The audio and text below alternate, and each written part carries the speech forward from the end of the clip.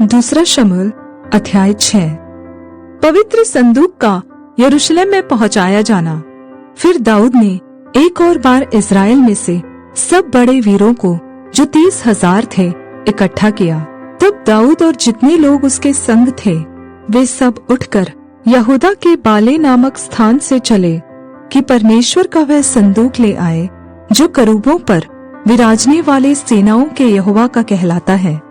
तब उन्होंने परमेश्वर का संदूक एक नई गाड़ी पर चढ़ाकर टीले पर रहने वाले अबीनादाब के घर से निकाला, और अबीनादाब के ऊजा और अह्यो नामक 2 पुत्र उस नई गाड़ी को हाँकने लगे, और उन्होंने उसको परमेश्वर की संदूक समेत टीले पर रहने वाले अबीनादाब के घर से बाहर निकाला, और अह्यो संदूक के आगे आगे चला।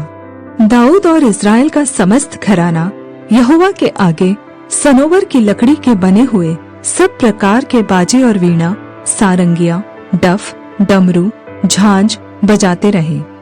जब वे नाकोन के खलिहान तक आए, तब ऊजा ने अपना हाथ परमेश्वर के संदूक की ओर बढ़ाकर उसे थाम लिया, क्योंकि बैलों ने ठोकर खाई थी।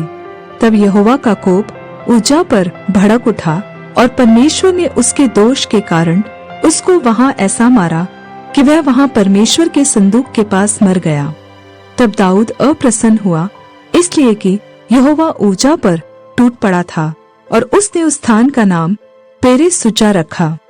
यह नाम आज के दिन तक विद्यमान है। और उस दिन दाऊद यहोवा से डर कर कहने लगा, यहोवा का संदूक मेरे यहाँ कैसे आए?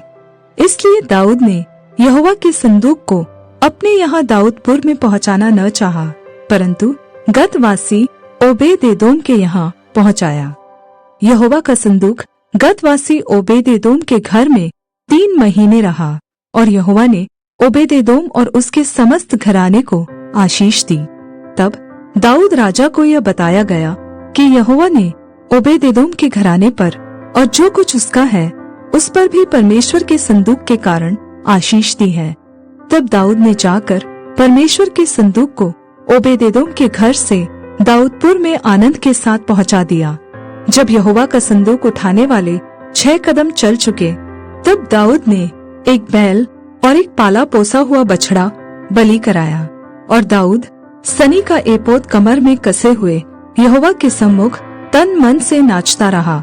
अतः दाऊद और इस्राएल का समस्त घराना यहोवा के संदूक को जय जयकार करते और नरसिंगा फूंकते हुए ले चला।